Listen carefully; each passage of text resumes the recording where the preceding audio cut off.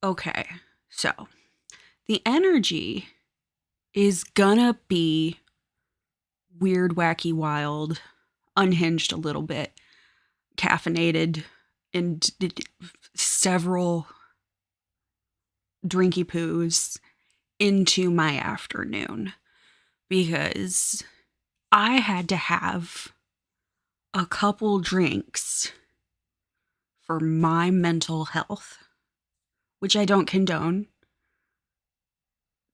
Or like we should probably as like like human species not drink anymore, just to be on the safe side. So I'm not condoning it, but I did do it.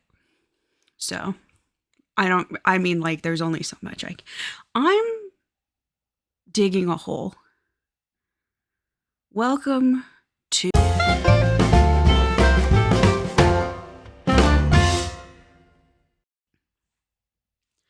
Welcome to a special presentation of Book Club Soda that I'm Welcome to a special presentation of Book Club Sandwich that I'm calling Book Club Soda, wherein I have several gin and sodas for my mental health. You shouldn't drink. Don't drink underage. I'm not condoning it, and I'm not trying to make it look glamorous. I want to look like I have a problem. I read a book that I wasn't intending to ever talk about, but I hated it a lot and felt the need to come here and be a little bit of a bitch about it, if I'm being completely and entirely honest. I did try to film this already, but I was trying to do it as like a TBR check-in where I was going to give a brief overview of the other books that I read and then just yell about this one. And those ended up like 3 hours long, and nobody wants that. Even me, who's chronically unable to make a short video, does not want that. So we're just going to talk about this because I think if I don't get distracted talking about other things and putting this off, then maybe I can keep it to the like maybe 15 minutes of material that I have. And I'm going to be concise this time, and this is not going to be over an hour of filming time.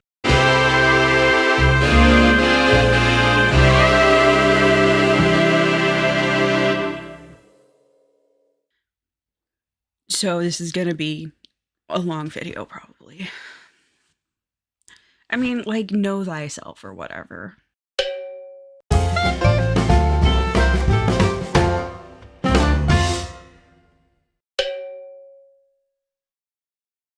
going to remember to cover the barcode and not dox myself because it says where I got this. I read Women of the Fairy Tale Resistance by Jane Harrington with illustrations by Koa Lee, and it was a profound disappointment to me. I will say that none of my complaints with the book have anything at all to do with the work of Koa Lee, because the artwork in this book is fantastic. And if this were a better book, I would still want the same artist and the same art. Where is it? Just, I'm obsessed. Gorgeous work. So Koa Lee is the MVP of this book because her artwork's the most interesting and complete part of it. Now, disclaimer. This is obviously not for the author or anyone else involved with the book or anybody who enjoyed the book or is friends with the author or is planning to read the book and just wants to go in not knowing what me, an internet stranger, has to say about it. This, not for you. This is for me. This is fully, like, I am aware that the only person this is really serving is myself, and I needed to do it for my mental health because I couldn't stop thinking about how much I hated it. And then I also realized I fell for a trick of the book, kind of in a like anti-Grimm propaganda, because like it's fine to be anti-Brothers Grimm. I'm totally fine with that. Good for you. They did suck. I don't like lying. I don't like being manipulated into feeling a certain way when it's like it's unnecessary to make up information and cherry pick information and strategically imply things to make somebody seem worse than they actually are. Because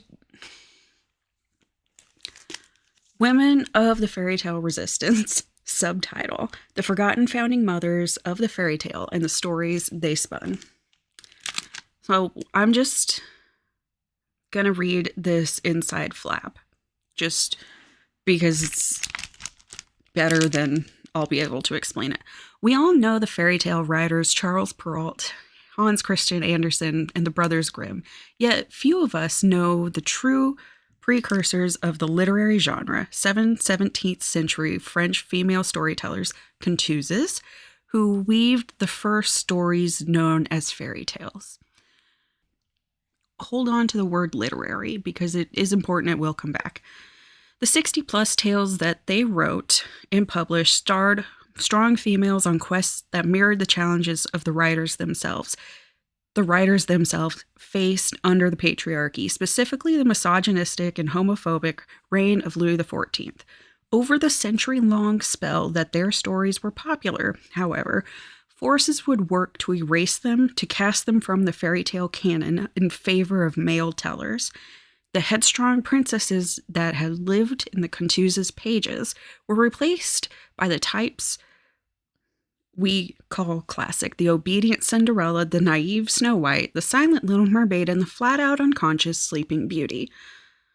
So that could also give you just a little hint of the sense of humor of this book.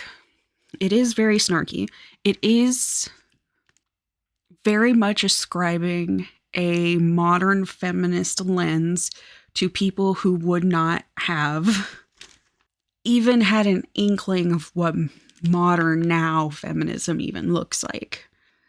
In Women of the Fairy Tale Resistance, the Salon Sisters' forgotten characters are awakened in revamped versions of a dozen of the original tales. Revived, too, are the authors themselves in deeply researched histories by fairy tale scholar and reteller Jane Harrington, who has wielded her own pen in tribute to the spicy, oft-harrowing lives of these daring and brilliant women who shaped one of our most beloved literary traditions. A word there gives me pause, and it should have given me pause sooner, and it's revamped. Because when I think of a retelling, I don't assume it's automatically going to be exactly one-to-one the original whatever it's retelling.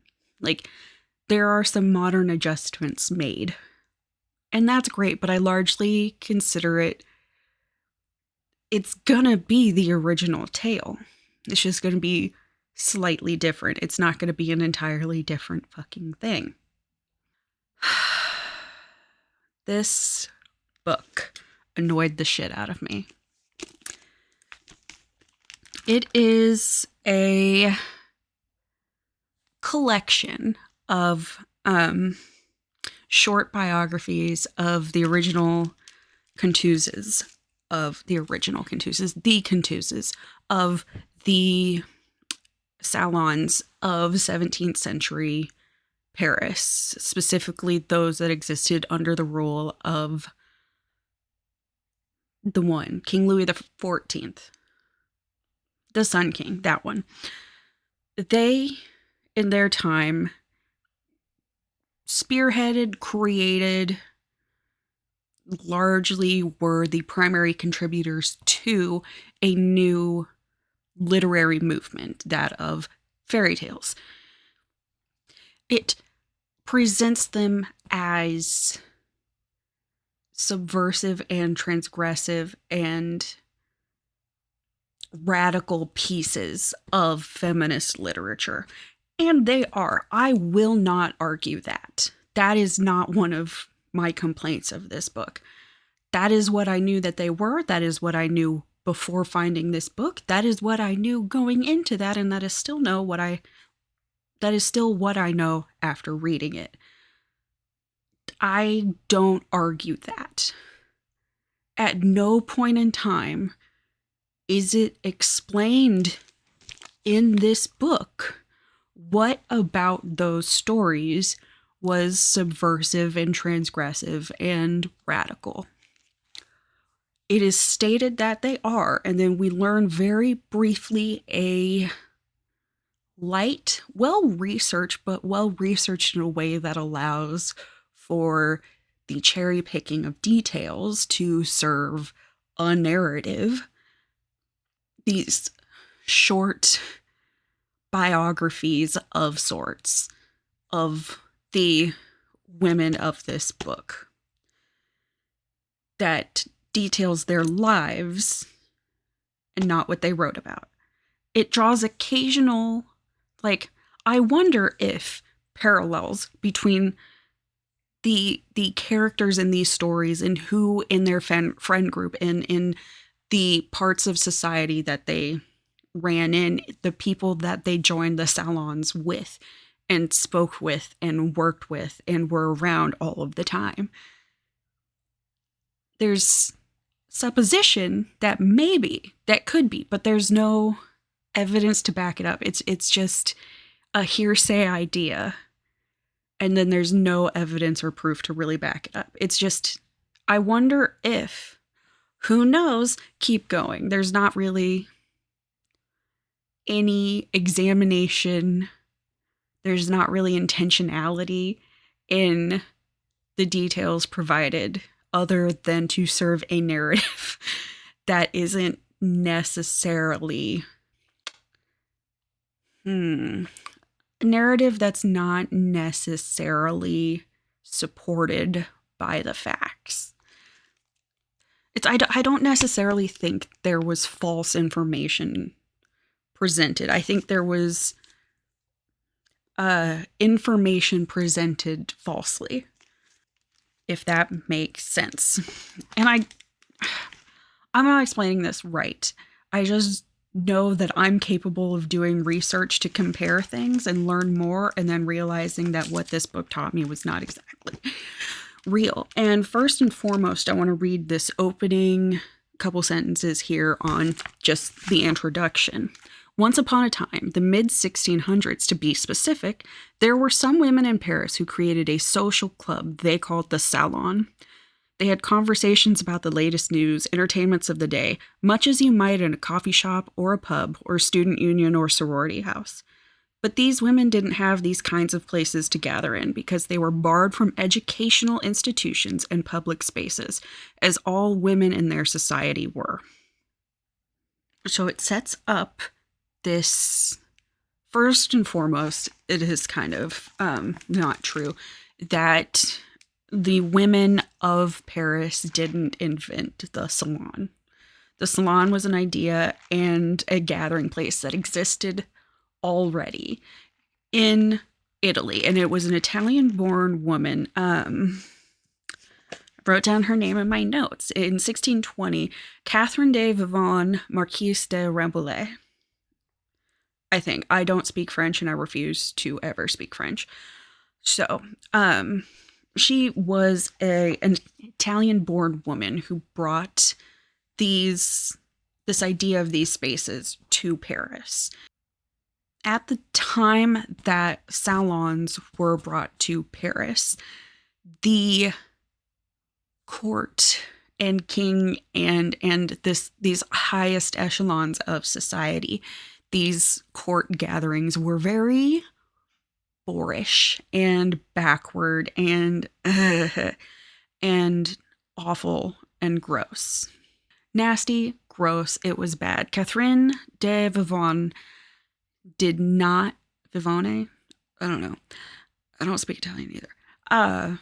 Did not enjoy court life. She did try as she might, no matter how classy and educated and well-mannered and kind and charismatic she could not even stand to fake being in court, and withdrew. Just like, hey, go ahead, I'll stay here. And created the first salons. Them being in Paris. Them being a place where nobility and aristocratic peepers, people of like the upper society, the upper crust, could gather with commoners, and by commoners, thinkers, those educated, those writers, those men of science and philosophy, these idea havers. And it was a place for them to like converse and have ideas. It spearheaded the Enlightenment of France. And it was a lot of also connecting very brilliant people with benefactors and other people that had money. It was a very, very exclusive club, and very, very, all members of society were welcome if they could impress the rich host, usually a hostess, because they were very, very exclusive, invite only. So it's not like it's a free to the public, everyone can go. It's also not holy women, as this book likes to imply.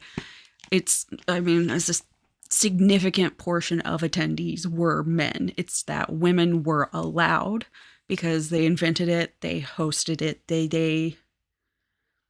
it's what we think of the society of France at the time. This very, very posh, well-mannered, snooty, some might say, very, very obsessed with gallantry and manners and rules. Like, that society came out of the salons. That exists because of the influential people who went to and were involved with and hosted salons.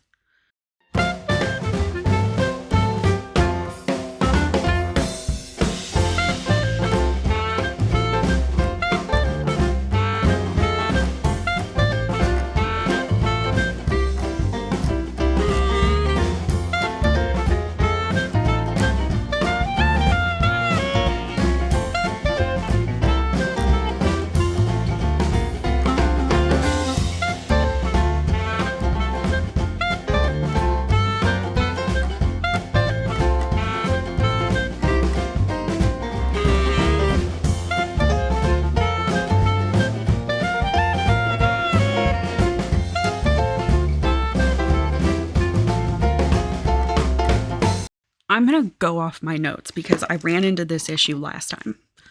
So, as we said, this is about the conteuses, the women writers of the 17th century salons. Not all of them hosts of salons. Some were just very good friends with the hosts. Usually a hostess, as I said. The conteuses.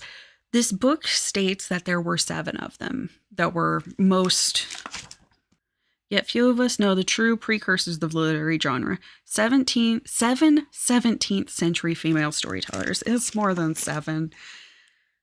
7 is a good fairy tale number. That is a nitpick of mine, and I'm just going to get it out of the way so I don't talk about it when I run out of steam and anger and what have you. In the introduction, most of my complaints are going to come from the introduction and then one of the retellings. And that will tell you why I DNF'd the second reading of this book.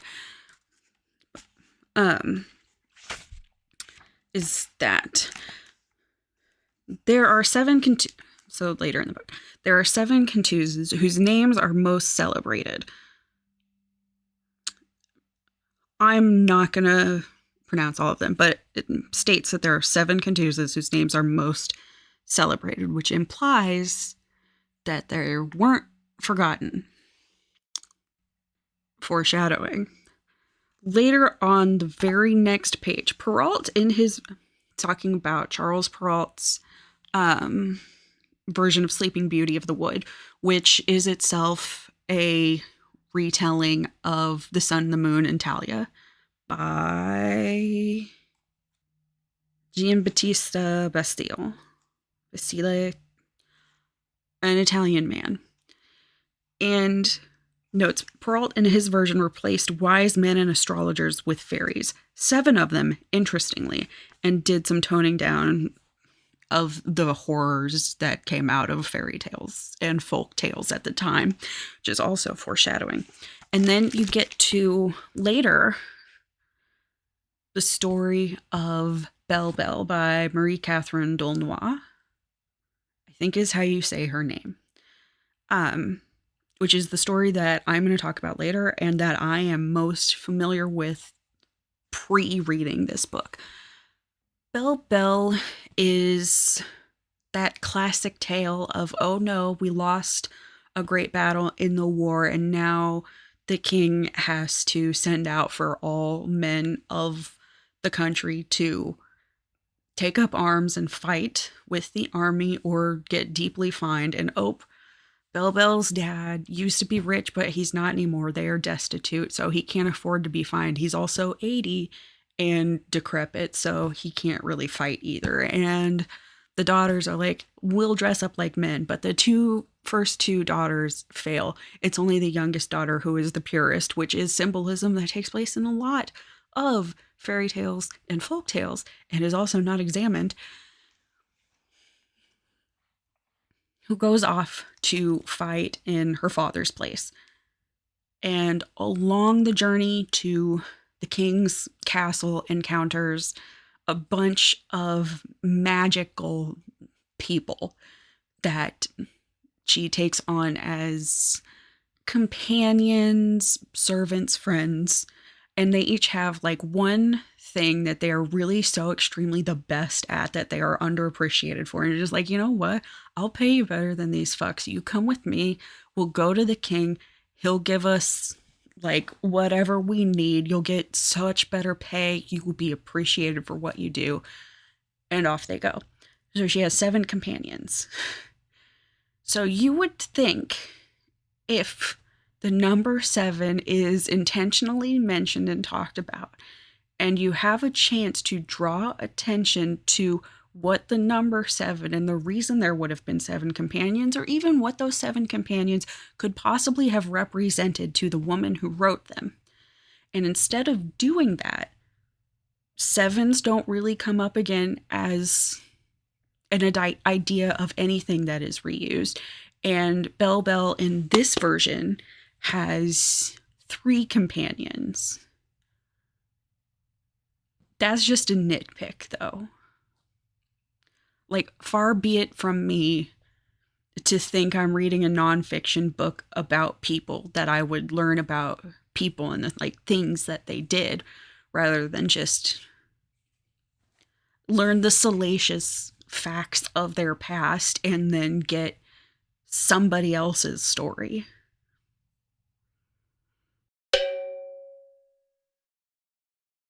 As I said, this book is, I will give it this, extremely well researched. And you can see that. You can see the evidence of that given the amount of information about the Contuses. It's not the amount of information about the Contuses, but the quality of the information provided. Because the quality of the information provided in even just the introduction, it's good information. It's just not complete information. So when you get 8 pages of incomplete information and nothing about what they did and created, just missing things that I feel are important. Another thing about, I will get to this because there's a point making, but just putting it out there now so it doesn't come out of nowhere. A thing I did forget, that given how the court culture was at the time, and it boorish, just gross and icky. Nobody's using a fork. Nobody's wiping their hands. They're disgusting. So a big reason for the invention of the salon by Catherine de Vivonne, Marquis de Rambouillet, Marquess, not Marquis. Yeah, it's Marquess. Fucking French, man. Were places of polite, refined society. So keep that in mind when I talk about the lack of acknowledgement of implicit classism. So, fostered conversation as a fine art, jump-starting the literary traditions that we associate with this period of France, the fairy tales, and sort of just this staggering growth in not only the quality but quantity of literary works produced, and new genres and new ideas. It's a lot of things, but it's primarily just a place where rich people can get together with not rich people, and then I don't usually give them money to go do their smart people things, and the rich people just get a like, that's my guy. Once again, of my critiques of this, I just want it on record. My critique of this is not that it's saying that these were places of radical feminist thought. They very much were. That was not the reason for their creation, and that is not the reason that they have endured. It's the reason that these feminist ideas survived. So when I say that saying that they were places wholly for women and then ignoring the fact that they were primarily filled with men and presenting it as if Charles Perrault was the only contemporary of the time, like, man who was a part of the salons, is really disingenuous. Because it's like an attempt to make him seem worse than he was.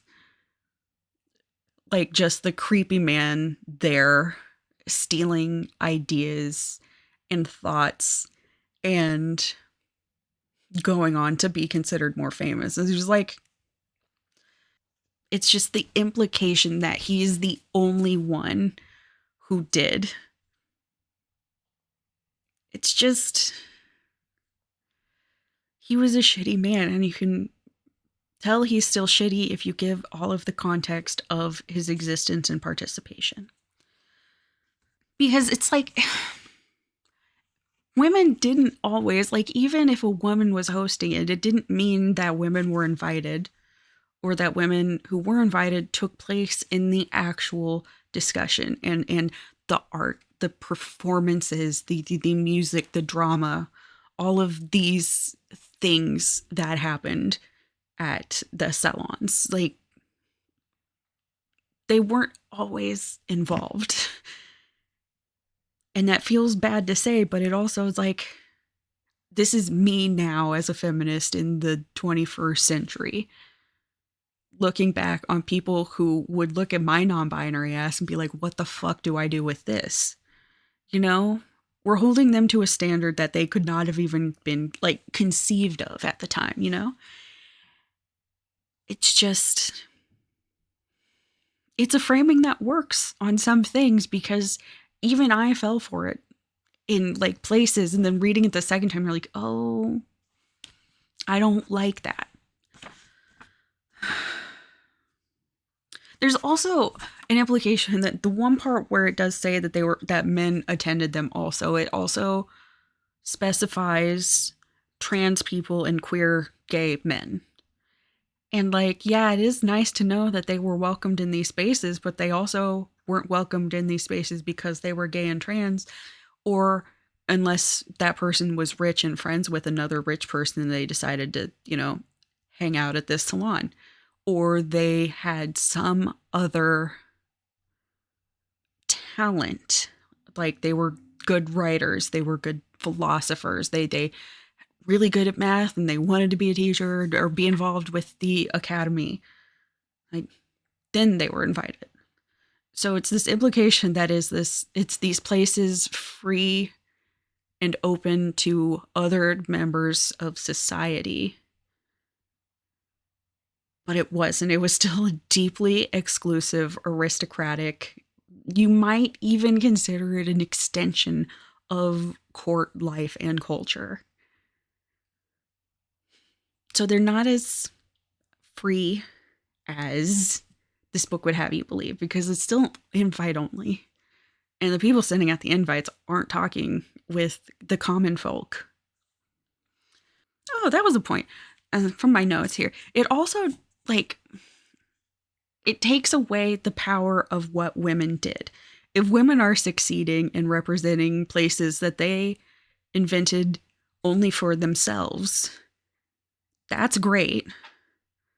But they're succeeding at they're contributing to they're running these places that men are and usually still take the lead, and they're able to be there keeping up with influencing these great men. There's agency in that. There's something cool, there's something powerful in that. And by erasing that and the context of how and why these existed, it just sucks. The men surrounding them, like the Grimms and Charles Perrault, Villiers, some other ones, yeah, they were deeply shitty. But you can show that they're deeply shitty without picking and choosing facts in order to support a very specific political narrative. Because that's what it is. And I think it's well-meaning. I'm not gonna go here and say that Jane Harrington's a bad person. I just don't like the things she created with this. It's because this book is supposed to be about them, and a lot of this introduction is just talking about the shitty men surrounding them. I've learned more about the Grimms than I knew going into this, and I already knew they sucked. This is a note I wrote. The book is framed as shedding light on these women, but I think more effort was gone into framing the men as the worst men to ever men than it was into creating an actual story about these women. And I mean story in the broad, through line justification for writing all of this down and presenting it this way, story. More effort went into making the men look bad than it did to make the women look as radical as this book wants you to believe.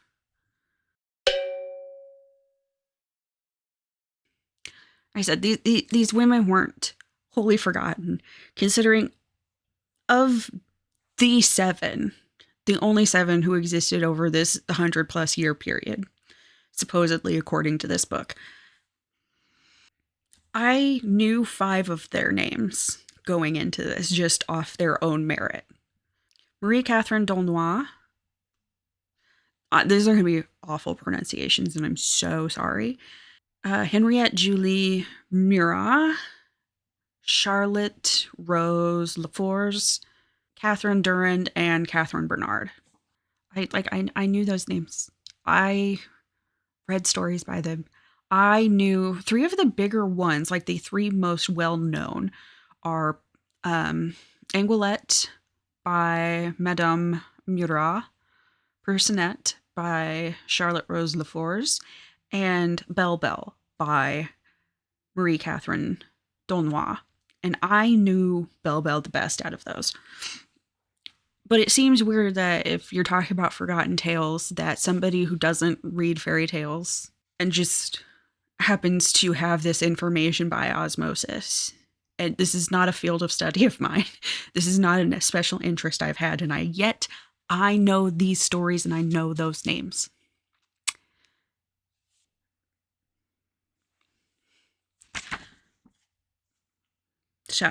So like I said, this book sets up the Brothers Grimm as the worst people ever. And that could be true. That's probably true. The Brothers Grimm sucked as people.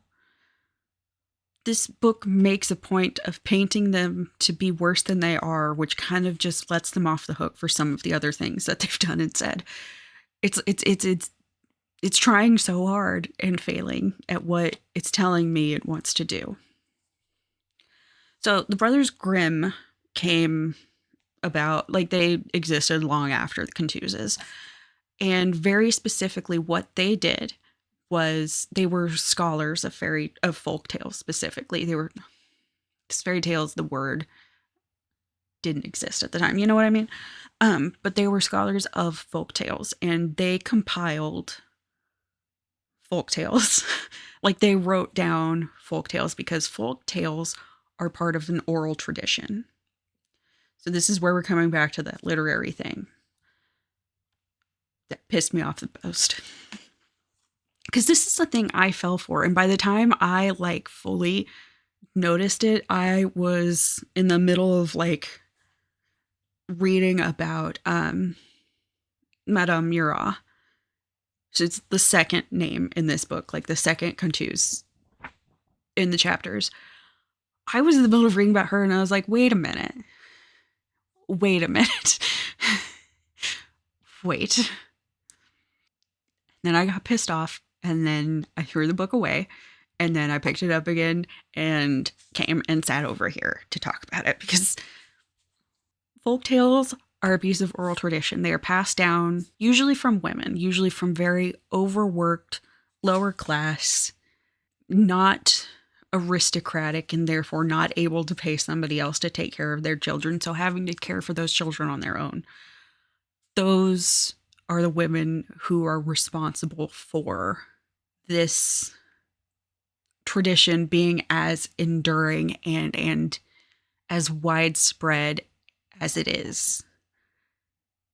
Those are the stories that the Brothers Grimm gathered and then wrote down and put into books. Yeah, a lot of them are attributed to men when you're smart enough to trace back even in this day and age when you don't have Google. I'm not arguing that point. They are assholes. They are hypocritical. But it's not like they weren't doing the thing that they were telling people that they were doing.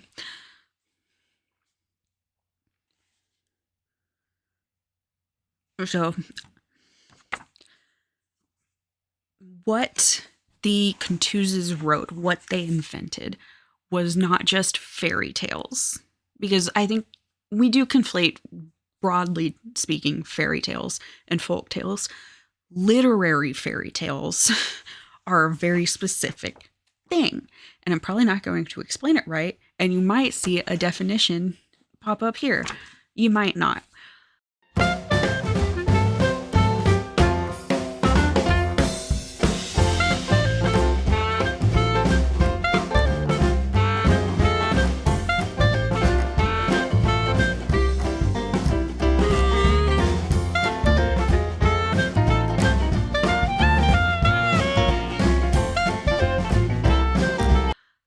A literary fairy tale is like I said, folk tales are part of an oral tradition passed down from innumerable anonymous, usually women, but people through children and then their children and so on and so on. And then it spreads and we get all of these wild, weird, varied stories that are so intrinsic, not just to the families and the generations that have told them, but to the culture and the location that they are based in. Because you can look at a story and you can trace the roots back and see where they've ended up, and you can see the bones of them, but they're colored so differently based on the part of the world where it had settled at this time. And that's what's really great and cool about oral traditions. A literary fairy tale differs because it is not a expanding living story. It is a story written by a person who is not anonymous. Literary fairy tales are not children's fables. They are more complex plot-wise, character-wise. They are very detailed and intentional with the message and the morality that they are trying to get across, whereas it is sometimes a little more incidental for a folktale. They might not have this very specific broad message that they are trying to get across and teach of, whereas you do with a literary fairy tale, because an oral tradition it evolves based on the understanding of those who listen to it. So you can tell the same story and it might have a different meaning just between siblings, you know? Yes, magical moral tales written, inspired by, and very pointedly, I will say, emulating folk tales, though more complex plots, characters, ideas, and specifically written for adults. This book conflates these two things just fully, entirely. It treats them as if they are the exact same thing. At no point in time does it really...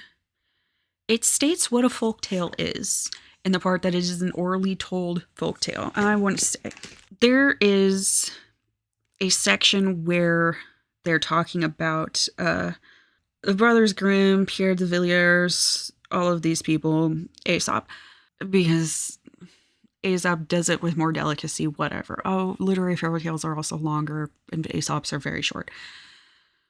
The shortness of the fables could have something... Same goes for the Brothers Grimm, who parroted this very complaint and praised Perrault's stories, arguing that his voice mirrored much more accurately, and here's the irony wielding its power again, parenthetically, that of real female storytellers, those illiterate old wives of yore who stayed home and did their chores. Regardless of the brothers' reason or lack thereof, the end result was that they did not include or at least credit any of the Contuses when they compiled works for Grimm's fairy tales, as the tome would become known around the world. It just...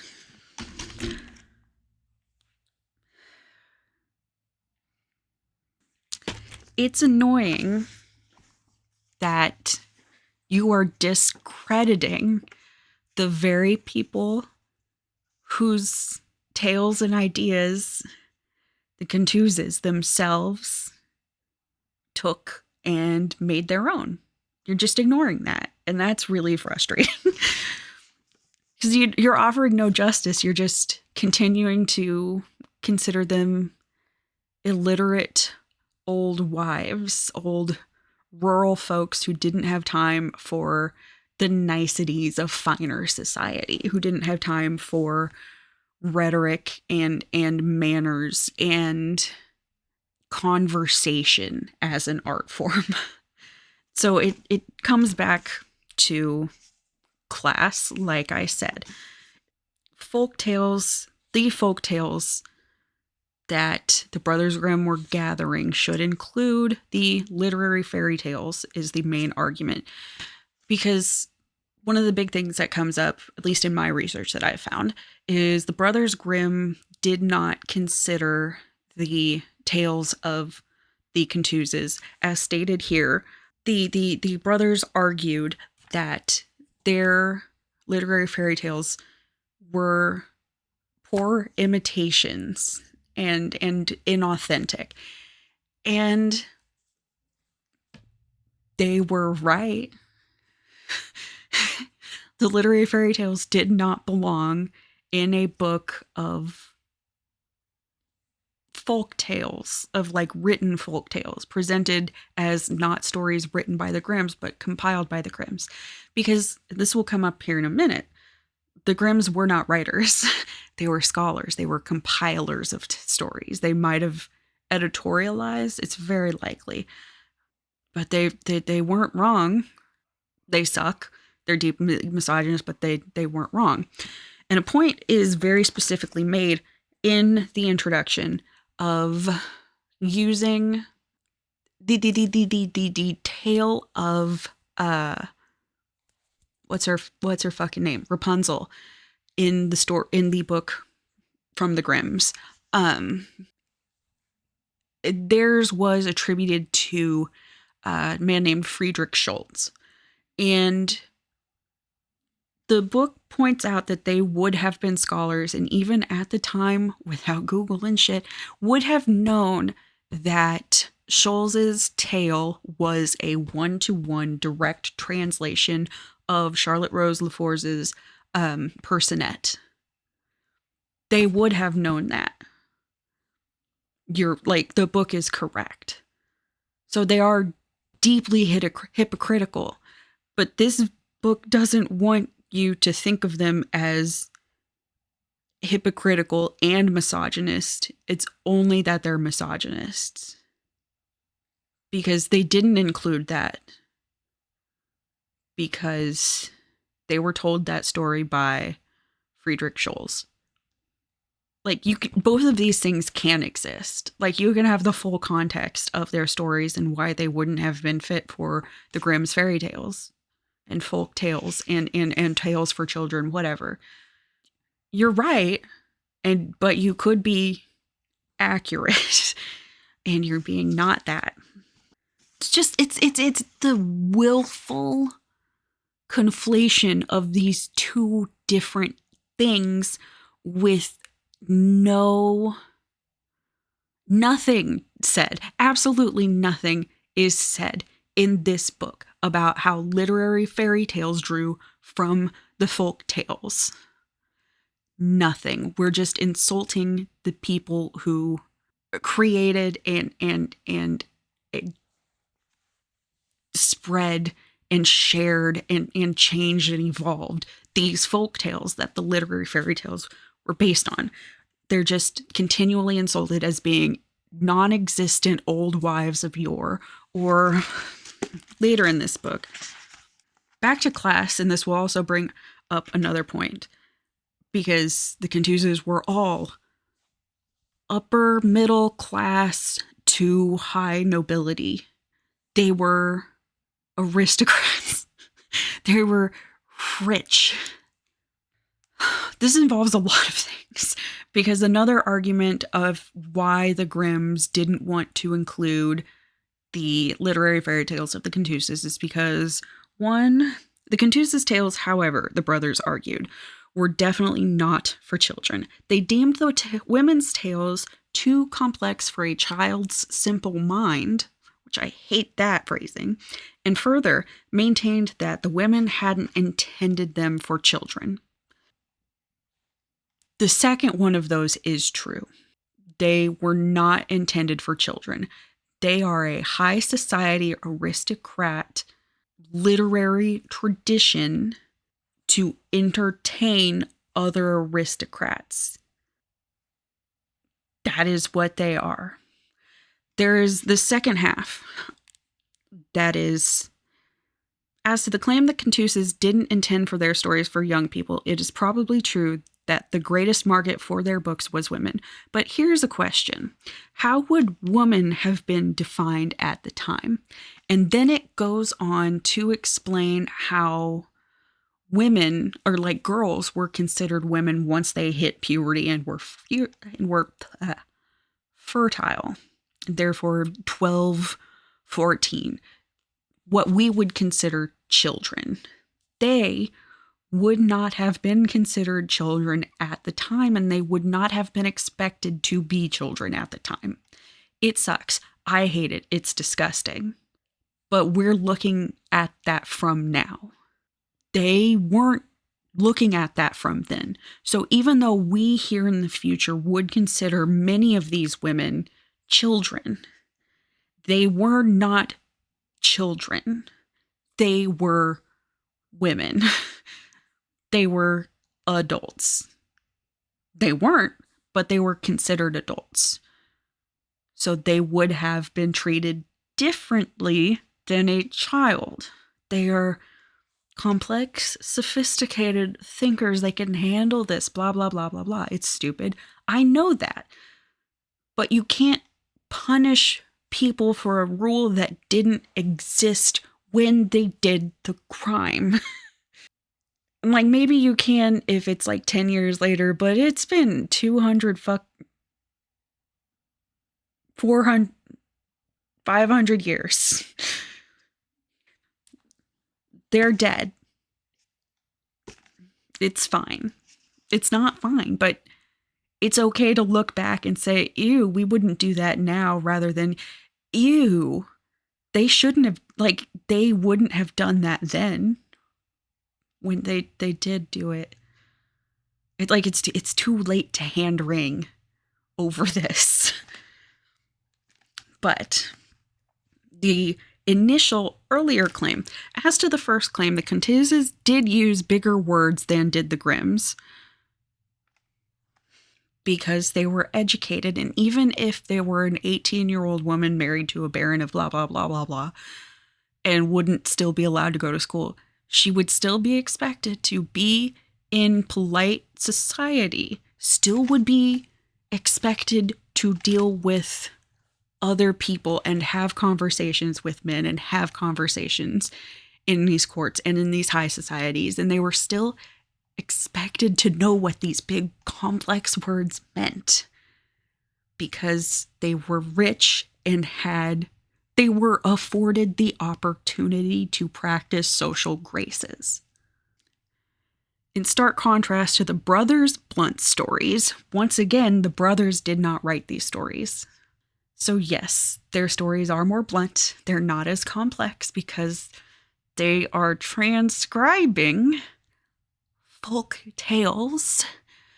The women's tales had actual plot lines and even character development. Yeah. Also back to the fact that the Brothers Grimm stories are already so complex and disgustingly filthy and depraved. A lot of young girls are in those stories. It's harrowing. But once again, those were the tales as they were told to children already. I know that we now wouldn't give these tales to our children to read with all of these horrid fates and bad behavior and creepiness.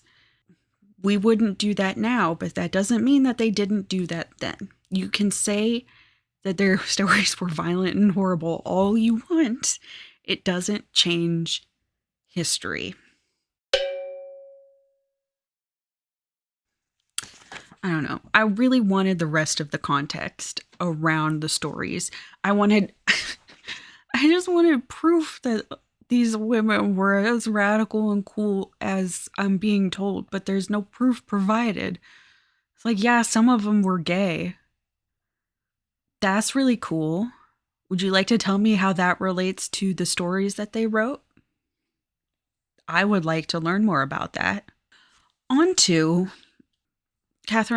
Marie Catherine d'Aulnoy's Belle Belle and Jane Harrington's Belle Belle, which is presented as if it is a retelling of what existed, and at no point are the changes that she made to it that are drastic are they ever brought up.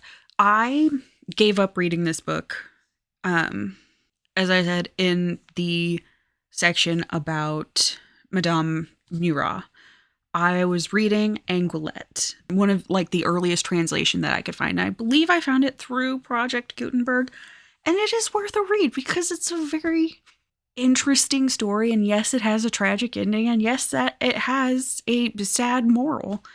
I don't like the changes that were made in Jane Harrington's version because all it really does is take a lot of agency of the bad events and the lesson being learned out of it removes the agency of this character when all of the bad things that are happening in this book or within the story are now happening to her because of men making bad decisions rather than her making a bad decision selfishly and being punished for it.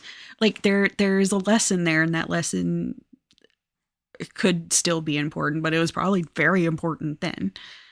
So why are you changing the entire ethos of the story and what it meant? Yeah, it's not good, modern intersectional feminism. Neither is this book. This feels very self-serving. It feels like the brief biographies that we get of these women feel like the justification for Jane Harrington just publishing a book of her own fairy tales. And that's really mean. I'm trying to give a lot more credit than it sounds like. It just feels like I'm being lied to when I read this book rather than somebody didn't do enough research. I'm trying to believe that she's well-meaning, but it doesn't feel like it very much when reading it. So I went into this book assuming that these retellings would still be largely the same story with the same idea, the same reason for being written. And that's not what happens, because a lot of the changes that Jane Harrington makes are just changing the story at large, changing what you learn from it. Except that not all of the tales in here are retellings. Sometimes they're just a one-to-one. Copy is a strong word because some of the words changed. Not many of them, but back to Belle Belle and Don Juan. I'm getting out of order on things because I'm not sticking to my note cards. Not each, one of them has only one story. But each of the women in this book get like 2 tales that are retold here. And Marie Catherine gets the White Cat and Belle Belle. And Jane Harrington's version of the White Cat here is called Feline. I don't know how to say it in French. There's a tick over one of the E's and I don't remember which. Now, the problem with that is that I don't know why she renamed it. Because she changed absolutely nothing the fuck else about it. There were no changes. You find the earliest translation I could find, which also might have been Gutenberg. It might have been Wikisource. But I found like the earliest translation I could find and compared, and it is almost beat for beat, one-to-one, the exact same. And then Belle Belle, the one that its name stayed the same, but it sure seems like maybe you didn't need to do that, given what you did to the story. But then you go into Belle Belle. Also, back to the weird stuff of the like just decisions and the changes to things. Back to Murat, you have Angoulette that has a vast number of changes that I already hate. And the other tale that came just before that is a verse tale. It is a poem of sorts. Now, I'm just going to read this other paragraph from the book. Though most of the poetry she wrote has vanished, I found one poem sandwiched between the stories in her collection, the new fairy tales. She labels it as a conte, which is what they call like the fairy tales. It's a word for written things, I think. Once again, French. But it reads more as an autobiographical verse. I could not find a translation of it. So maybe I just wasn't looking hard enough, but I do want to read it, given how much I hate this fucking poem, that I'm not going to read you because that seems mean. She titled it The Happiness of Sparrows, though in my retelling I've given it the name of its heartsick character, Iris. The original poem rhymes, something that my skills at translation are not up to tackling, so why did you do it if you weren't a good translator or didn't have somebody who is a good translator that you could fucking work with? I wonder. And I fiddled with the form a bit, but I'm confident that I've captured the intended pathos, and so I offer it as a more respectful tribute to this woman's life. I don't like that. And then the poem itself it's not A Happiness of Sparrows. It's Iris by Jane Harrington, and it's not a good poem. You didn't have to do it. You didn't have to change the meter and the shape of this poem into something that is, once again, not remotely representative of what was actually written. That's annoying as hell. Back to Belle Belle. The biggest issue I have with Belle Belle is framing it as a trans story, which I want so much. I want a trans Belle Belle written by a trans person, because like, you're giving me trans, possibly non-binary, whatever. You implied it and then it's never brought up again later in the fucking story. Like, possibly non-binary fairy tale. Like, you want me to see myself, my non-binary ass self, in Belle Belle. But I don't. because is a forced caricature. It's forced narrative that just feels inauthentic. Like, you want me to see myself in this character, and I'm not, because this story is not actually about me. It's not about trans people. It's about your idea to make this story seem more subversive and less heteronormative than it actually was. And you're removing the context of what the story was meant to be about, because there would be something interesting if you wanted to have a conversation about the poem that Marie Catherine sticks at the end of all of her tales. There's a little poem telling about the moral of the story. And with the original telling of Bell Bell, basically the poem at the end is like,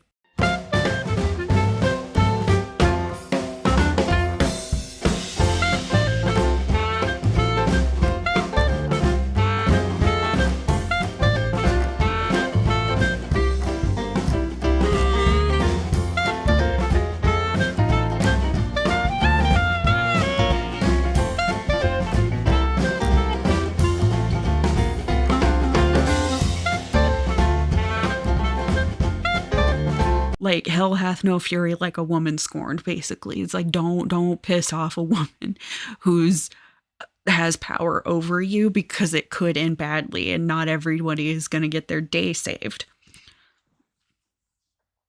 So, also, okay, back to Murat. On to the page appears Bell Bell, or the Cavalier Fortuné, the name she dons with her enchanted male attire, riding her steed to the palace of a king who is not only a military failure, but also a leader whose power is overshadowed by that of his tougher sibling, a woman. Not wanting to give too much away, I'll just add that Bell Bell saves the day. Later in the section about Murat,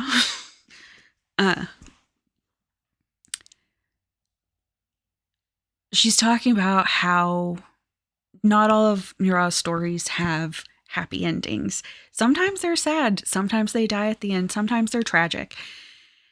And there's a line in there. It's like, unlike Donois' protagonists who are saved at the last minute, which seems like didn't you just say that this one saved the day? Do they not save the day?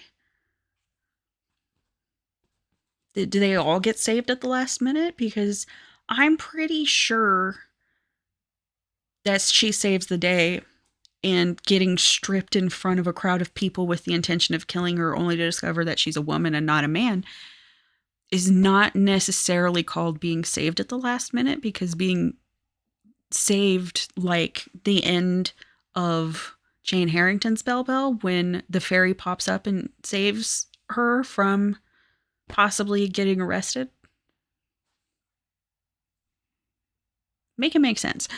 Bell Bell, as we said, is this king who is largely beloved, respected in the original tale. He's not a bad king. He just lost to the neighboring emperor, and said emperor ransacked the city, stole a bunch of treasures and statues, and kidnapped a whole bunch of women, children, hostages. It was a big loss for the kingdom. Bell Bell's father gets the message that they have to go fight or get fined. And he's like, well, I used to have money, but I don't now. So we can't afford to be fined. I physically cannot fight because I'm somehow 80. And therefore just absolutely decrepit. And so his beloved daughters are like, we'll go do it for you. And so the oldest daughter goes, dresses up like a man, sets off on her horse, and passes a field where a shepherdess is like, help me, my sheep is drowning or something. It's stuck in the ditch. And this first sister is just like, you shouldn't have let it get to the ditch then. So keeps riding, and this woman calls back out, and she's just like, oh, well, that's fine.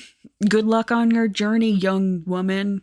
And she's like, well, fuck, my disguise doesn't work. And the next sister goes, and the exact same thing happens because she's not a very helpful person. And she gets sent back because she's immediately clocked. And then Belle Belle goes, and she lovingly helps this shepherd woman because, you know, she would love to get help when she needs it. So I can't turn my back on that now.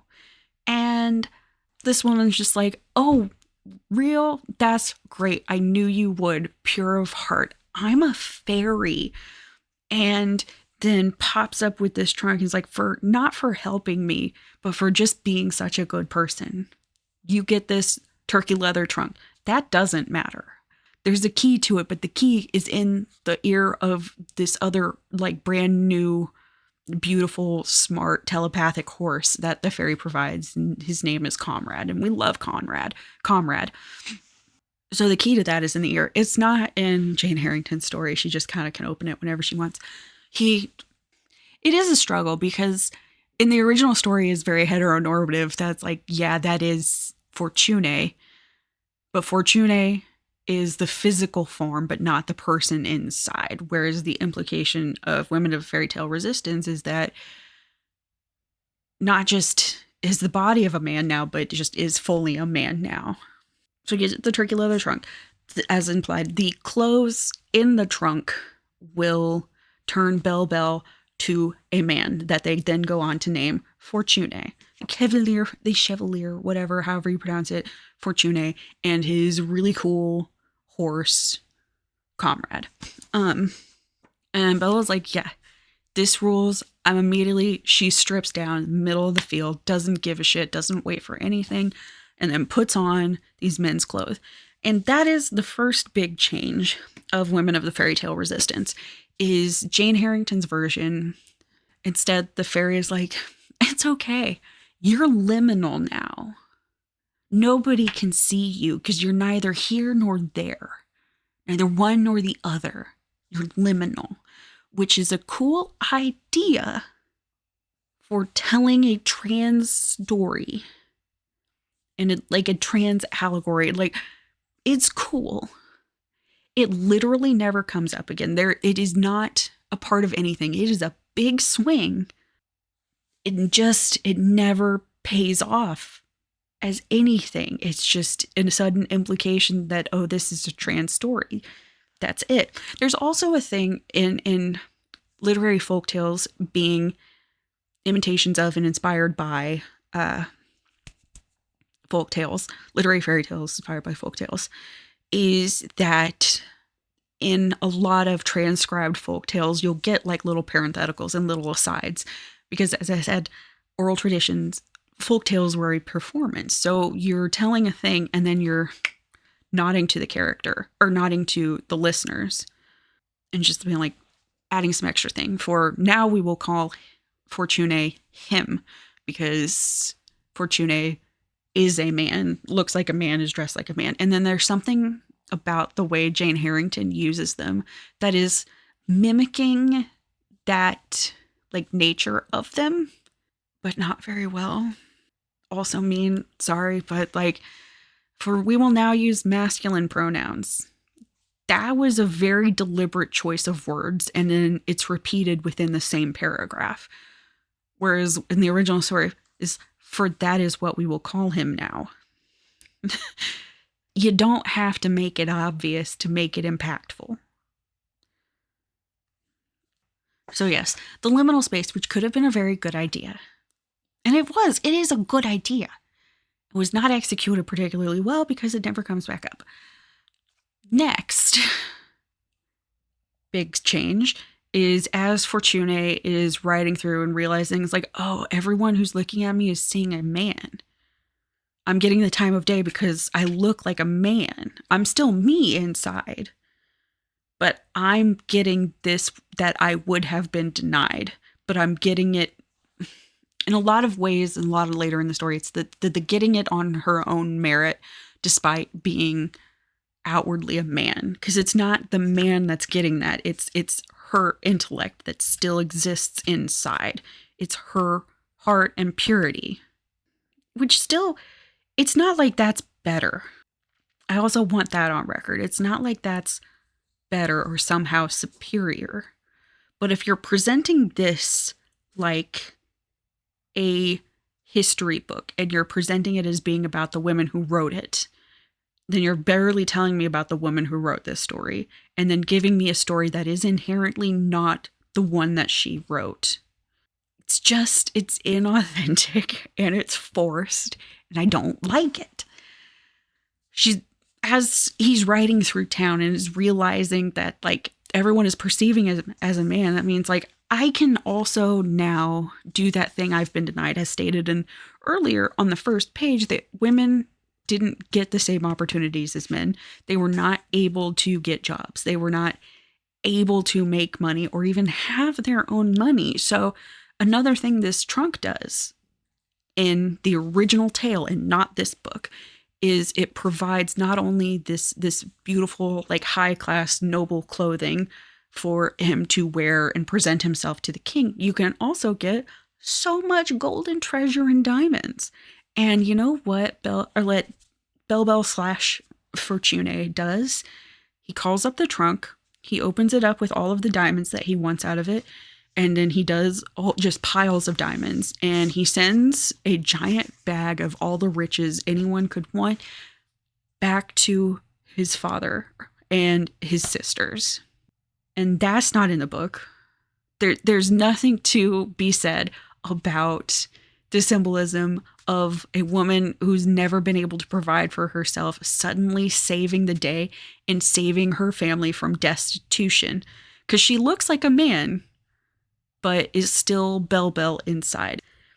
Some conversation that can be had about still doing it with her own merit, her own decision, her own mind, her own heart, and choosing to provide for her family in a way that she would not have been able to if she looked like herself. Not had a different mind, but had a different body. There's a conversation there, and it's not had in this book because it's completely and entirely erased from the story. Next, as Fortune sends that money off to take care of his family, he's traveling on toward the king. He comes across his three friends. In this book, it's only the one who's very fast, who can see very well, and the very strong one. In the original tale, all of his magical friends and companions are hyper talented in one very specific thing to a magical degree. Like the guy who's very strong, he can lift anything. He can carry a forest full of lumber on his back all the way just like wherever it needs to go. Guy who can see really well, he has to blindfold himself when he's hunting, otherwise it's not fair to the animals. Like there's a guy who can blow the wind so hard he can power the windmills. Guy who can drink an entire lake in one gulp. Like interesting things. And there's some speculation paid in later chapters of the book where it's like, and this other person that this person used, I wonder if this person could have inspired this character in this story. And it's paid there, but when you have something that actually has, there's probably evidence somewhere of what and who and when and where Marie Catherine was in her life that made her choose these talents. So there is something there that is based on this reason that she chose 7 of them to talk about, that is completely and entirely erased by reducing it to 3. Because you could speculate all day long, which of Marie Catherine's contemporaries were these 7 companions based on? You could easily do that because there's a high chance that it would, because again, these literary tales come out of the what's the word? The idea, the start and spark and the ideas within these stories started and happened at these salons.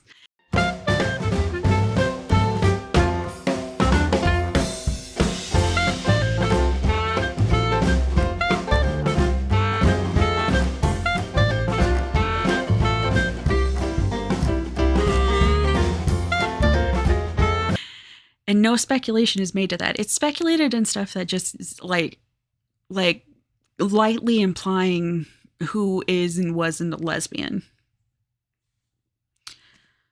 Which is annoying. So he gathers his friends, and they're all like, they're working these menial jobs. They're getting paid shit. They have this great power that they are not being appreciated for. Another thing that could tie back to Bell choosing to send money back to his family instead of spending it selfishly.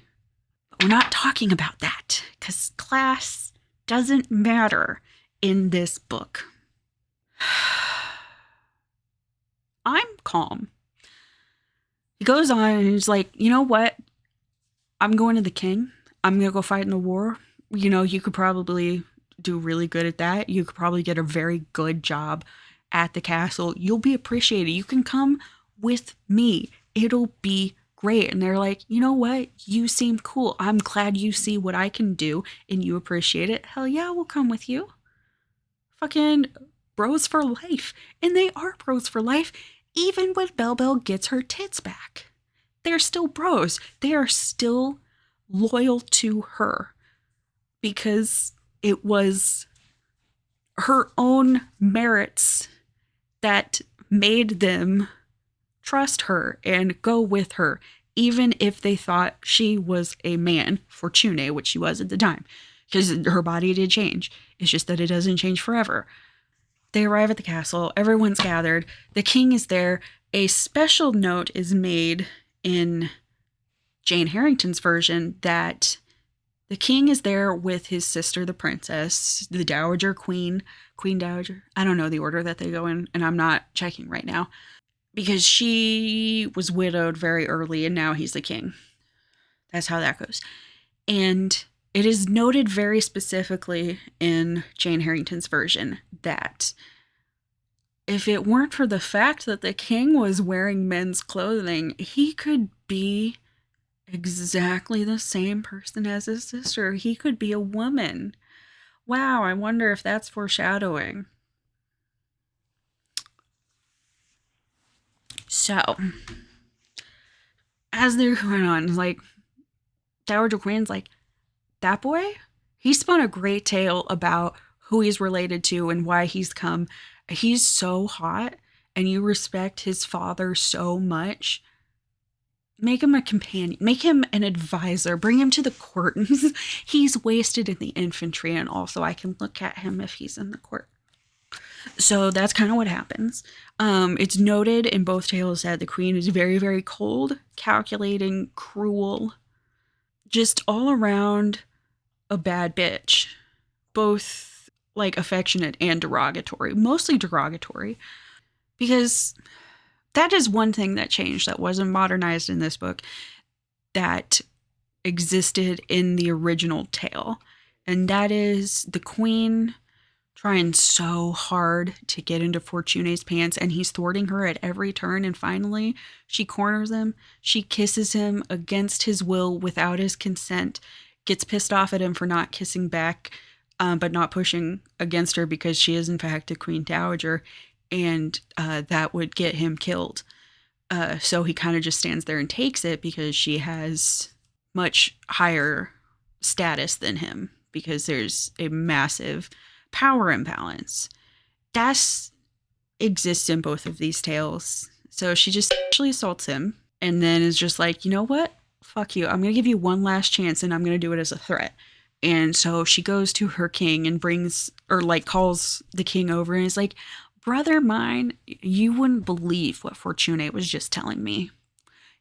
And like, Fortune is like, well, fuck. Something bad's going to happen. And it does. Because she's like, Fortune said he could single-handedly defeat the Emperor's dragon. Because if she can't have him, she wants him dead. So she's going to find a thing she can send him off to do that he will die doing unless he relents and marries her, in which case she can make the king change his mind. But Fortune is like, I don't want to marry this woman. So I guess I'm going to go fight a dragon. Wish me luck. Probably going to die. She grabs her friends. They all go find the dragon. And through a series of her ideas put into place by all of her very special magical friends, they defeat the dragon so fast. Dragon, dead. Not a problem anymore. They got the strong friend. He just carries it back. They don't even have to work for it. He's dead thanks to Belle Belle's ideas, her community of very cool, underappreciated, but provably talented friends. Except that doesn't happen in Jane Harrington's version because the dragon isn't there. The dragon is a lie. They think they have a dragon, but the Emperor is trying to hide it, and it is brought up because the Emperor in the Jane Harrington tale is a buffoon. He at least is dangerous in the real story. He has a dragon. Because how cool is it that Belle Belle still has the power to defeat a dragon because her mind is cool. Like, she's smart. She's got good ideas. She's got good follow through. She, in the body of a man, but still her mind, came up with the idea to kill the dragon, and it worked. And now Fortune is riding back into town with all of his very cool friends, heroes of the entire kingdom. That's really cool, but we're not gonna include that. It's just gone. So they get back, celebrated. The king's so happy. His bestie, his homie, rules. The queen, damn. Fortune is so much hotter now because not only did he do that, he came home. He's got so much integrity. He's so hot. But I think if I corner him again, maybe this time he'll know how dangerous I can be and just say yes, so he doesn't have to worry about it happening. But it doesn't happen that way because Fortuna is like, damn, I still don't want to kiss you. You do scare me though. And she's like, oh my God, brother, come here. You won't believe what Fortune has just said again. Also, the queen has a servant whose name I don't remember who comes up later, but I'm just putting them back in the story. They cause a lot of trouble within the original story. I don't even remember if they're in this book, Fairy Tale, Women of the Fairy Tale Resistance, but far be it from me to decide what is and isn't purposeful to a story. So, he's like, brother, you'll never believe what this maniac said this time. I was like waiting. I was like, no, he's not relenting. Okay. Yeah, no, Fortune said he can go. Like, he's been so bolstered by this victory. He can go convince the emperor to release all of our people, every single one of our hostages, get all of our treasure back, all of those statues, all that gold, that money that we lost. He can get the emperor to return it without fighting, without bloodshed, single-handedly. Fortuna's like, well, I mean, I guess I'm gonna go die. And the king's like, fuck, man. I just got this homie and now I'm gonna have to replace him. And the queen's like, should have married me. So off he goes with his friends, gets to the emperor. The emperor laughs at him. Like, you think I'm just gonna give you that? Like, I propose a contest. And the emperor's daughter is like, hey, I'll fucking race him. I'm the fastest bitch in this empire. I'll race him. Or the fastest person because I want to race the best. That might have just actually been Fairy Tale Resistance because I'm very tired. So they set the race for the next day. And they're like, yeah, this is the fastest man in the world. He's going to race the emperor's daughter, who at some point was just like, what are you talking about? They don't have a dragon. It's like, we don't have a dragon. Like, we're not talking about that because it's, once again, the emperor's a buffoon. He's changeable. He very much is easily convinced by but the slightest pressure of somebody making fun of him.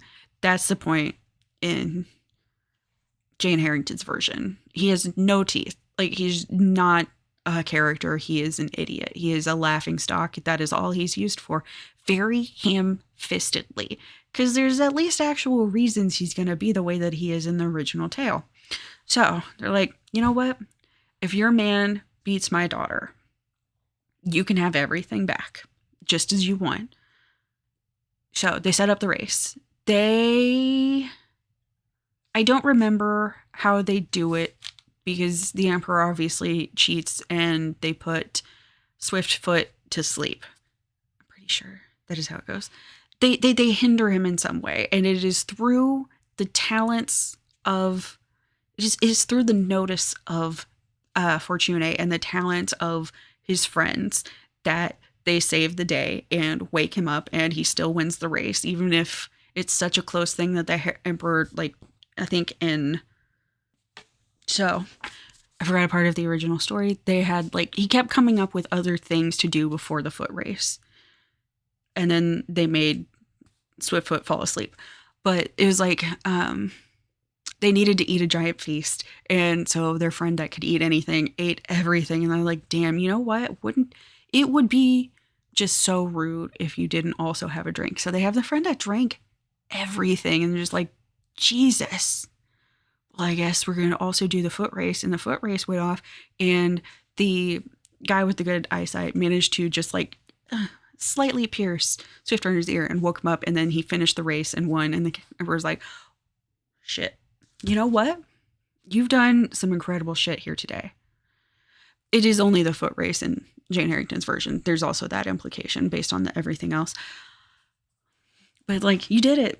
So you can have everything back and all of the people, so long as your guy can carry it all. Because we're not providing you jack shit and you didn't bring wagons, so you can get all your stuff back and go on your way. But you got to do it yourself. And they're like, bet. So they're very strong back. Friend, like, piled it all on himself, carried it all back, all of those statues and things. They're like, well, fuck. I believe in Jane Harrington's version, in the time that Fortune was gone on this second quest, in the original tale, everybody's just chilling, as far as I remember. In Women of the Fairy Tale Resistance, it's not revolution, it's resistance.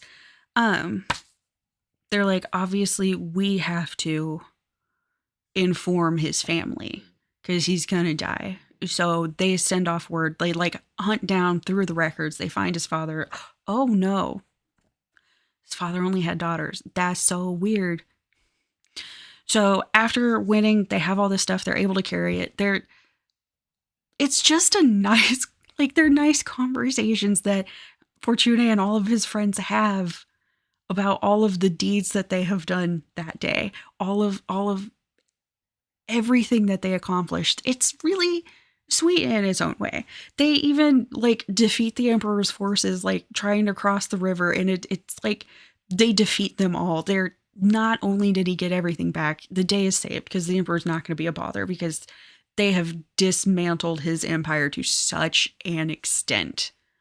What the fuck is he going to do against all of this? They're done. They're defeated. It's over. And it's all down to Fortune and his band of fucking misfits. That's cool. And there's something to be said about that. It doesn't happen in Jane Harrington's version. So Fortune and his merry band arrive back at the kingdom and his king, and they're just like, Jesus fucking Christ, I cannot believe you actually did all of this. That's so cool. And it's just, it's good. They do it. They are the most beloved, celebrated people in the entire kingdom. And the queen's like, I'm going to try again. And then what she does is, when he does not return her advances, she pretends that he has assaulted her and, like, dirties herself and rips her clothes and just like, this man, he tried to assault me. It's awful. It's terrible. The king's like, damn, I can't believe my homie would do that, but I do have to have him arrested, but I am going to give him a good judge. And the judge sides with the Dowager Queen and is just like, sentenced to death. You can't do that because she's fucking nobility. I don't care what you just did to save this entire kingdom. You're dead. And the king's just like, fuck. And he's just like, I'm gonna go. I can't watch. He's gonna die. And the queen goes to watch. And her handmaid that I briefly mentioned earlier, his name I don't remember, is like, you know what? This will drive the queen mad. It'll depress her so much to see her beloved, like, killed. I'm just gonna poison me and her just to deal with it because I can't let her sit here and watch him be killed. And then when they like tie him to the stake and they strip his shirt and his vest off, he's not wearing clothes anymore, which means that it is Bell Bell in his place. Boobies, titties, they're out. They're there. Everyone's just like, what the fuck? You mean that's a woman that did all of this? Which is also one thing that's really entertaining about the original tale is how everyone still loves Bell Bell for the deeds she did as Fortune. They don't discredit what she did because they have the proof and the evidence of the things that she accomplished as Fortune. And granted, it has its own of the time politics, being that Fortune, or like Bell Bell, is innocent of the crimes that Fortune was convicted of.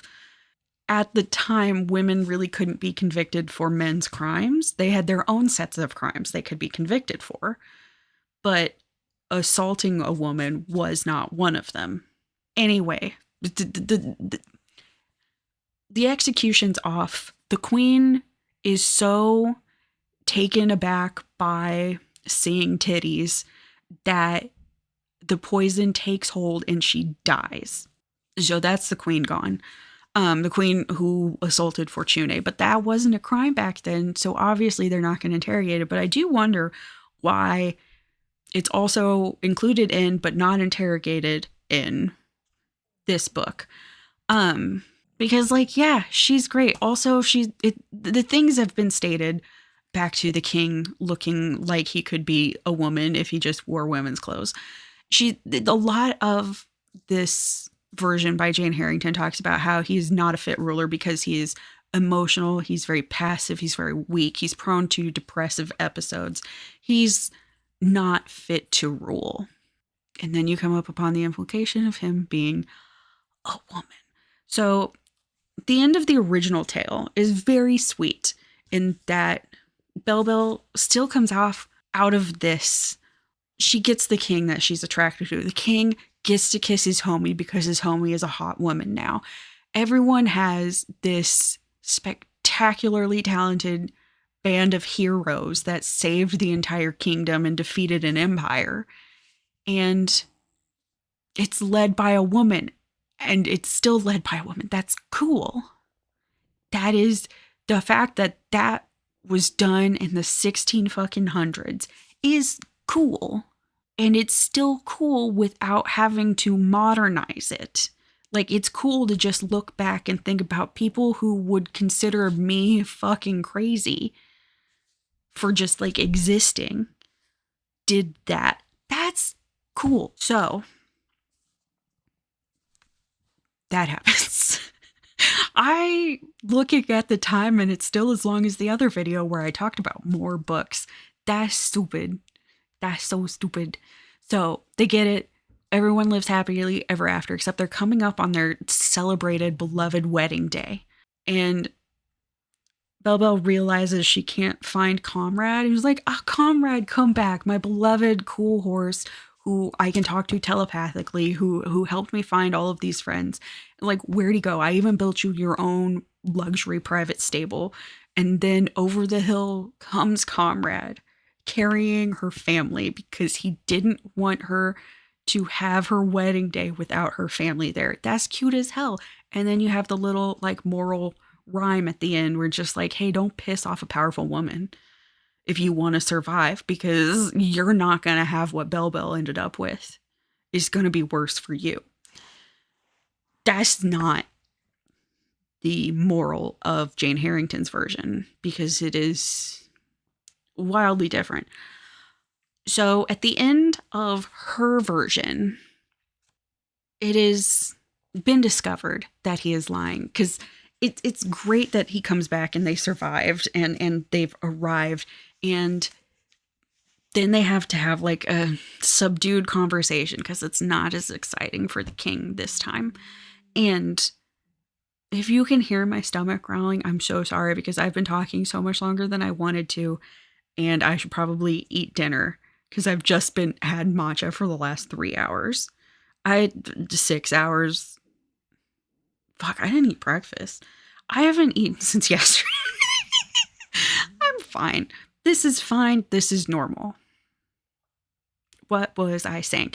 So it's just the queen, the king, and Fortune, and they gather him secluded. They're going to have this in private, which is great that he doesn't have to strip naked to like be saved of whatever crimes. And so it's like either he's lying about his family or he's a woman. Both of those are bad to the queen. And just like, yeah, you're right. I am a woman. I put on these clothes and have become a man. If I take them off and put on my own clothes again, I will be who I used to be, Belle. But I don't want to do that because that's a different person now. And they're just like, that's so crazy. We cannot believe that. So the fairy pops up and saves the day and convinces them not to have Fortune killed, and that Fortune doesn't have to change back. And the king is the emotional, passive, weak, not fit to rule king. Like, oh, you're telling me that putting on these clothes would turn you back to a woman? Wow, that's so crazy. They're so nice. I love just touching this beautiful cloak that's in here. We should get married, and when we go on our honeymoon, we should take this with us. But also, I can't be a queen when I've been a king. And just like, and the Dowager Queen who sexually assaulted Fortune, remember, is not punished in this version. She's like, brother, you've always sucked at ruling.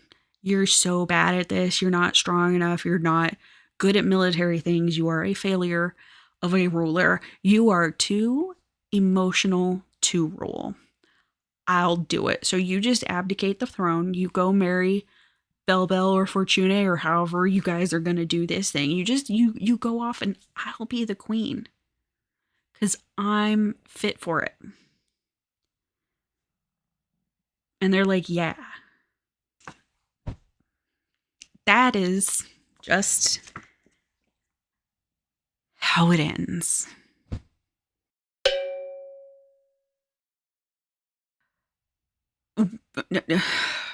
Two stars. 2 stars is fine. I don't think Jane Harrington is a bad writer.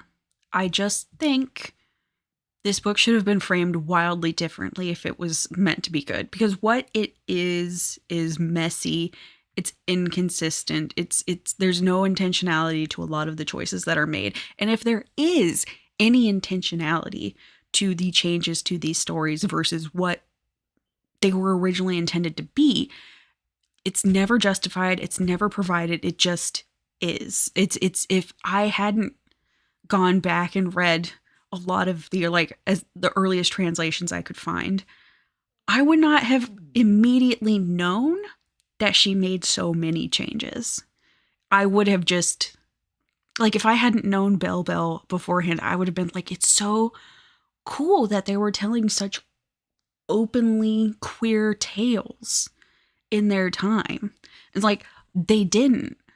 Sometimes they did, and it would be really nice to be able to see that, but there's just nothing provided that ties Jane Harrington's fucked up versions to the people that she's supposedly representing and the tales that they actually told. And that's so fucking annoying. This is such a disappointment of a book. What I expected this to be would be primarily about these women, and then also providing context for the tales that they told. That is what I expected it to be from the summary. That's what I went into it hoping that it was. What this book actually is that men are bad, These women wrote some stuff and they had wild lives and they were so cool and radical, and they were. But then we're not going to talk about how what they created was cool and radical. I am just going to present to you a version that I think represents what they wrote. It's a very selfish book. It's a very self-serving, very much a book of Jane Harrington's fairy tales and a little bit about the people that wrote the originals that inspired the things that she wrote. Because, like, the way this book is written, because she has a very snarky, very tongue-in-cheek, very just like little, just a little needling, just little winks at the camera way of writing that is very, I hate it. Absolutely hate it. I hate her writing. I am not going to say I think she's a bad writer. I don't think she is. I think she's just not to my taste. I would, from reading this book, if I didn't know it was supposed to have an adult audience, I would have said it was written for children. Like, this is a middle grade, young adult history book, because that's the level of care that went into not the research, but presenting what was researched about these women. Because it's like, you can tell it was very well researched. That research was not applied well. So it feels like a jumping off point. Like this, you read this first and then you go look for Jack Zipes books. You read this first and then you jump into what they actually wrote. Like, that's what their biographies feel like. And then their fairy tales, there's a disconnect. So I don't like her tone. I don't like her writing. I hated Belle Bella because the trans representation, it felt bad, it felt forced, it felt uneducated, and it felt like disingenuous representation. And I'm not gonna say Jane Harrington is a bad person. I don't believe it was meant to be disingenuous. I can tell from brief looking online, her politics are good. She believes in trans rights. Hell fucking yeah. I would rather have trans rights with a W from a trans author telling this trans story.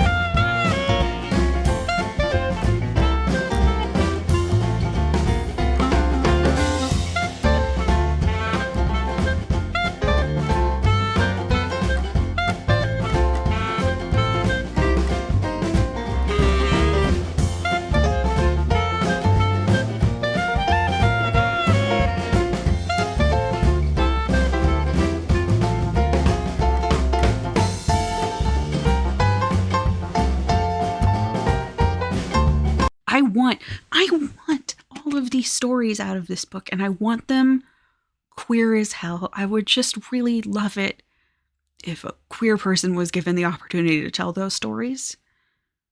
Just give me like an anthology. Oh my god, that would be cool, because there's so many great writers out there who could trans these stories the hell up.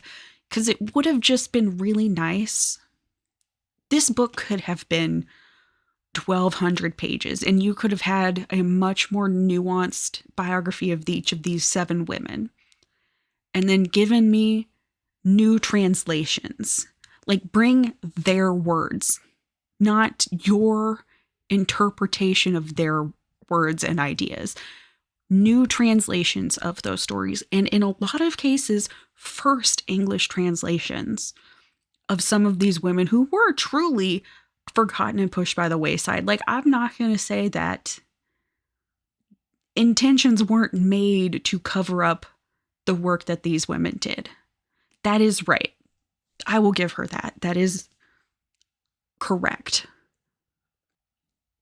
Nothing in there acknowledges that all of that didn't work. That, yes, like some of these were intentionally not used, not translated, not spread about, but they still endured. They endured long enough that I, an idiot, knew about them. Chose this book not because I was unaware of this subject, but because I was aware and wanted to learn more.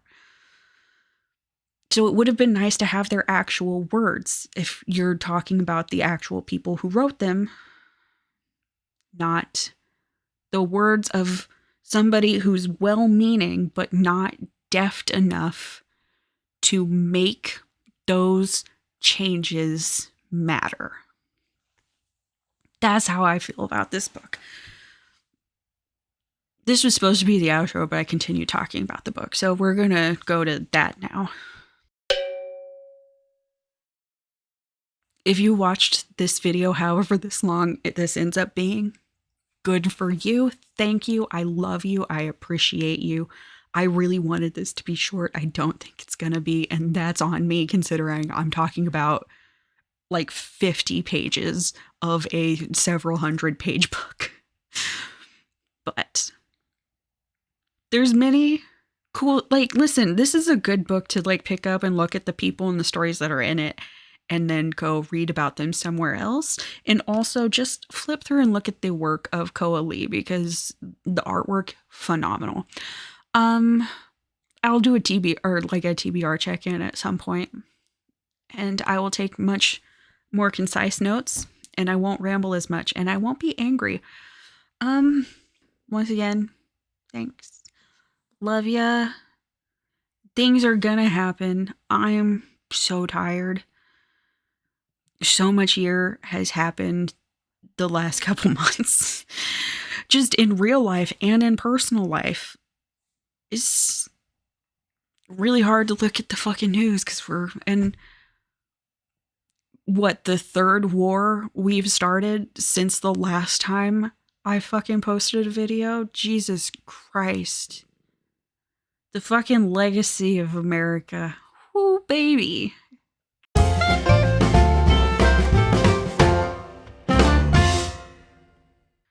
The existential dread has set in. And that's neat. That's exactly how I wanted this video to end.